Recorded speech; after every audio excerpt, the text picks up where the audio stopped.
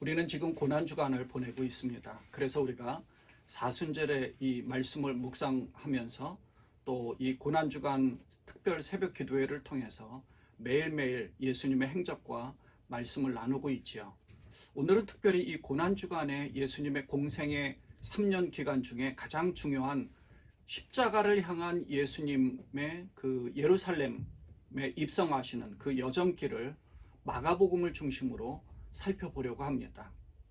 예수님이 십자가를 통해 피 흘리시고 죽을 것에 대해서는 구약에 예언된 대로 이미 다 성취된 것을 우리는 압니다. 그렇게 이루어진 것에 대해 알게 된 사실이 예수님도 당시에는 알고 계셨거든요. 그 예수님이 공생의 3년의 사역 가운데 그것을 아시고 예언해 주셨고 말씀해 주셨습니다. 마가복음 10장 32절 이하의 말씀을 보면 예수님이 제자들과 함께 예루살렘으로 올라가고 있을 때 이렇게 말씀을 하십니다. 그리고 앞장서서 나아가셨거든요. 32절부터 34절까지의 말씀입니다. 그들은 예루살렘으로 올라가고 있었다. 예수께서 앞장서서 가시는데 제자들은 놀랐으며 뒤따라가는 사람들은 두려워하였다. 예수께서 다시 12제자를 곁에 불러놓으시고 앞으로 자기에게 닥칠 일들을 그들에게 일러주시기 시작하셨다. 보아라, 우리는 예루살렘으로 올라가고 있다. 인자가 대제사장들과 율법 학자들에게 넘어갈 것이다. 그들은 인자에게 사형을 선고하고 이방 사람들에게 넘겨줄 것이다. 그리고 이방 사람들은 인자를 조롱하고 침뱉고 채찍질하고 죽일 것이다. 그러나 그는 사흘 후에 살아날 것이다. 아멘. 예수님은 이미 십자가의 죽음을 알고 계셨고 그것을 실행하기 위해 예루살렘으로 가신 겁니다. 십자가는 우리가 생각할 때 아름다운 것이 아니라 죽음이고 저주입니다. 십자가라는 말만 들어도 비참하고 그리고 아주 고난 그리고 저주의 그 상징처럼 되어 있기 때문에 모든 사람들이 그 재수 없는 십자가라는 소리를 듣고 싶어 하지 않았고 또 그 십자가 처형에 목격하고 싶지도 않았었을 것입니다. 그런데 예수님은 대제사장들과 율법학자들이 자신을 사형 선고하고 이방 사람들에게 넘겨줄 것이라고 말씀하셨죠. 그 이방 사람들이 바로 로마 병정들을 말하는 것이죠. 그 로마 병정들이 예수님을 조롱하고 침뱉고 채찍질하고 죽일 것을 말씀하셨죠. 그리고 빌라도에 의해서 십자가에 처형되는 것을 판결받고 그리고 십자가에서 죽으셨습니다. 그런 뒤에 사흘 뒤에는 다시 살아날 것이라고 말씀하신 겁니다. 그런데 예수님은 다른 제자들보다 앞장서서 가셨고 제자들은 놀랐으며 뒤따라가는 사람들은 두려워했다고 합니다. 자신이 큰 고난을 당하고 조롱당하고 죽임당할 것을 아시면서도 고난 가운데 제자들을 뒤따라가신 것이 아니라 제자들이나 사람들 앞에 서서 그들을 이끌고 가고 계신 겁니다. 오히려 십자가를 지시기 위해 앞장서서 진두지휘하는 지휘관처럼 앞장서서 가셨고 제자들은 뒤따라가면서 더 두려워했다고 합니다. 이 신약 성경을 가장 먼저 기록한 것이 바로 마가복음입니다. 마태, 마가, 신약 성경 중에 가장 먼저 기록된 것은 바울 서신이 있지만 복음서 중에서 가장 먼저 기록된 것이 이 마가복음인데 마가복음은 16장으로 구성되어 있습니다. 마가가 기록했는데 이 마가는 베드로의 동역자로서 베드로의 그 설교 통역자이기도 했고요. 그 베드로의 설교를 통역하면서 그리고 베드로와 함께 동역하면서 예수님의 가장 가까이에서 예수님에 대해서 말씀을 아마 잘 들었을 것입니다. 이 마가는 후에 바울을 통해서도 많이 배웠을 것이고요. 그래서 베드로가 예수님의 가르침을 정확하게 기억한 것을 토대로 이 마가복음을 자세히 기록할 수 있었던 것이죠. 베드로전서 5장을 보면 베드로는 이 마가를 나의 아들이다 라고 표현하기도 했습니다. 이 마가복음은 베드로가 64년에 순교했는데 아마도 그 어간에 기록되어져서 베드로가 살아있는 동안에도 많은 도움을 받았을 것이고 베드로가 순교당한 이후에는 그래도 이 로마에 있는 그 그리스도인들에게 좀 더 격려하고 그리고 예수님에 대해서 좀 더 자세히 잘 알려줄 필요성이 있어서 기록한 것으로 추측됩니다. 그래서 베드로의 실수한 것이나 또 실패한 것들을 경험담을 아마 자세히 기록할 수 있었던 것이죠.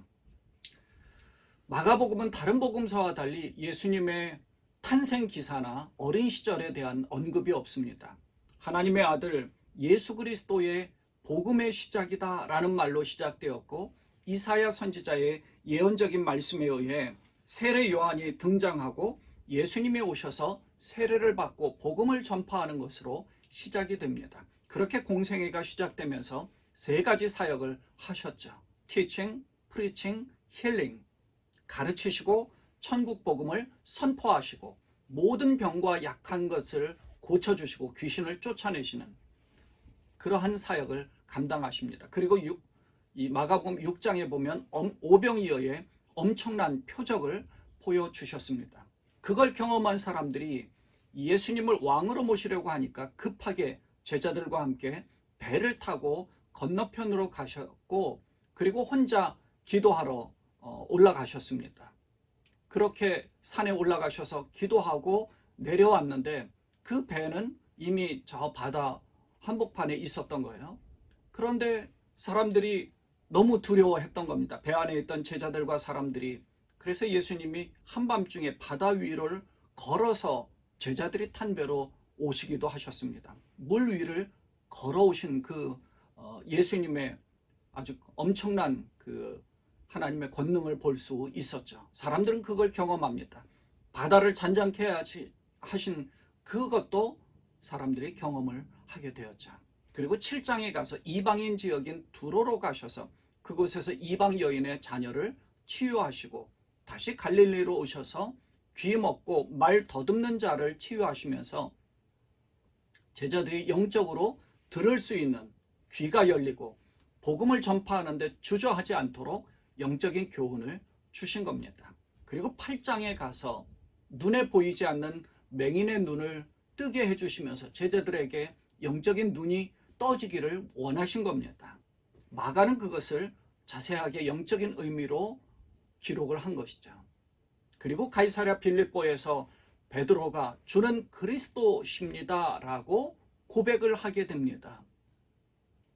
이제 제자들이 눈이 열려서 귀가 열려서 보게 되고 듣게 되었습니다. 입술이 열려서 제대로 주님은 그리스도시다라는 고백을 할 수 있게 되었습니다.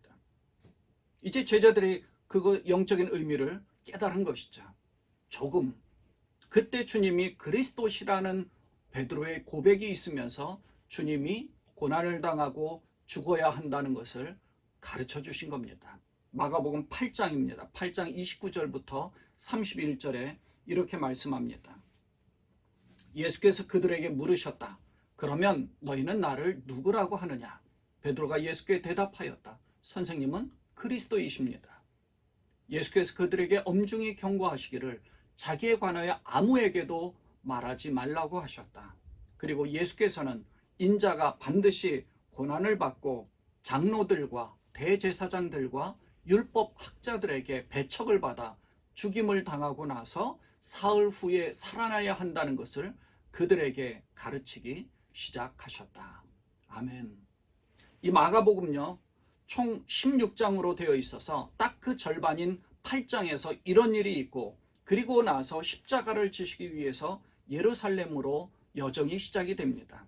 그러니까 16장 중에서 8장까지 가이사랴 빌립보까지 이 이스라엘의 가장 북쪽으로 쭉 올라가셨다가 그때부터 예루살렘까지 승리의 진격을 하신 셈입니다. 이렇게 산 모양처럼.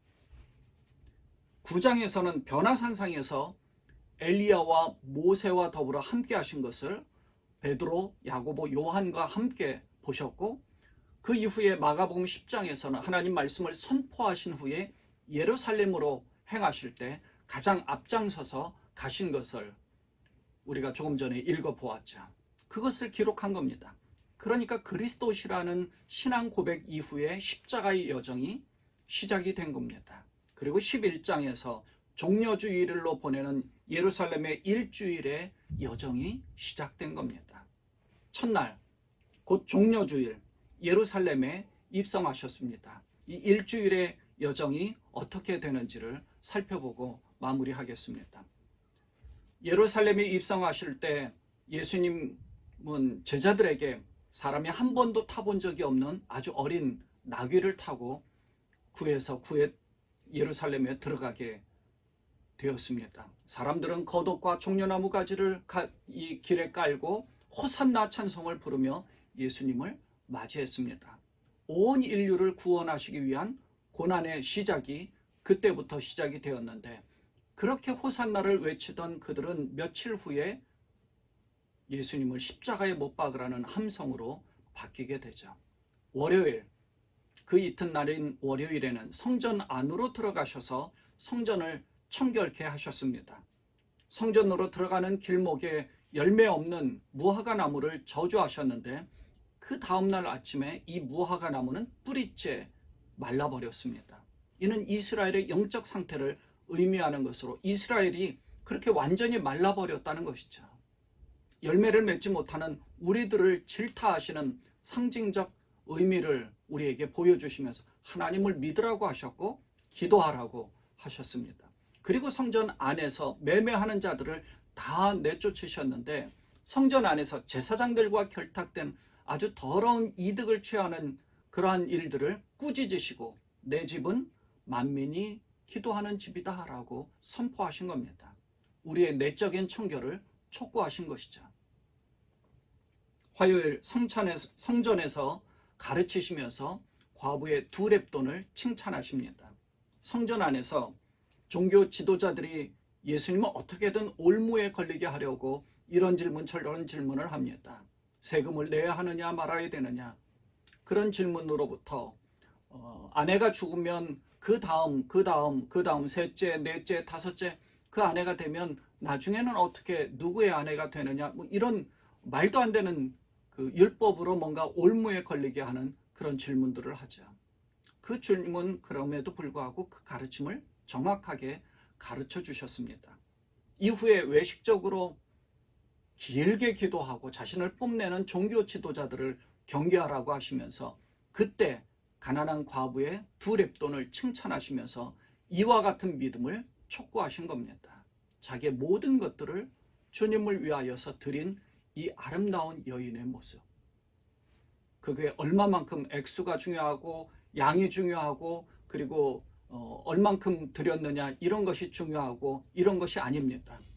가장 중요한 것은 자기의 가진 모든 것들을 정성을 다해서 주님 앞에 드리고자 하는 주님을 향한 마음이 중요한 겁니다. 수요일 베다니아에서 기도하시고 안식하실 때에 이 향유 옥합 사건이 벌어집니다. 이름 없는 한 여인이 찾아와서 예수님의 머리에 한 옥합을 부은 이 사건은 예수님이 장례를 미리 예비한 것으로 의미를 두셨는데, 그 향유는 300데나리온이나 되는 그런 엄청난 1년, 우리로 따지면 1년 정도, 거의 1년 반 정도의 봉급에 해당되는 그러한 큰 액수입니다. 그러니까 가룟 유다가 이 향유를 팔아 가난한 자들에게 주는 게 더 낫겠다라고 말했죠. 그런데 사실은 이 가룟 유다는 그만큼의 탐심이 있어서 한 말이었음을 우리는 잘 알고 있습니다. 목요일 최후의 성찬식과 세족식을 통해서 예수님은 자신을 내어주십니다. 제자들을 한자리에 모아서 떡을 가지사 축복하시고 제자들에게 주시며 이것은 너희를 위한 나의 몸이다 라고 하셨고, 잔을 가지사 감사기도 하신 후에는 제자들에게 이것은 죄사함을 얻게 하려고 많은 사람을 위하여 흘리는 나의 피, 언약의 피라고 말씀하셨습니다. 그리고 겟세마네 동산에서 마지막 기도를 하실 때 그때 나의 원대로 마옵시고 아버지의 원대로 되기를 원하나이다 하고 3번씩이나 그렇게 하신 뒤에 군병들에게 잡히실 때에 제자들은 다 뿔뿔이 흩어져 도망가고 베드로는 닭 울기 전에 3번 부인하는 일까지 있게 되지요. 그리고 금요일 성금요일입니다. 십자가에서 고난당하시고 죽으신 날입니다. 호산나 다윗의 자손이여라고 외쳤던 그 사람들의 함성은 십자가에 못 박으라는 그런 함성으로 바뀌었고, 군병들의 조롱과 채찍질은 너무나 비참했으며, 빌라도는 예수님이 아무 죄가 없음을 알면서도 사람들을 두려워하면서 불의의 판결로 십자가 처형을 판결했습니다. 그리고 예수님은 십자가를 지시고 골고다 언덕에 올라가셔서 그곳에서 십자가에 못 박혀 죽으셨는데, 제6시부터 9시까지, 곧 우리 시간으로는 정오 12시부터 오후 3시까지 십자가에서 고통당하시고 피 흘리시고 그리고 숨을 거두셨습니다. 로마의 군인은 병정 하나가 예수님의 옆구리를 창으로 찔러서 예수님의 죽음을 확인했고, 그리고 그 시신을 아리마대 사람 요셉에게 인계했던 것입니다. 그렇게 무덤에 하루 계신 그 안식일 다음 날인 주일에 부활하심으로 예수님의 모든 사역이 완성된 것입니다. 예수님의 십자가를 향한 길은 매우 공격적이고 적극적이었습니다. 왜냐하면 예수님은 이 일을 위하여 이 땅에 오셨기 때문입니다. 지휘관이 앞장서서 진격하는 그런 모습처럼 보입니다. 우리의 모든 죄를 다 사해 주시기 위해서 이 땅에 오셨고, 십자가를 통해서 그것을 이루셨습니다.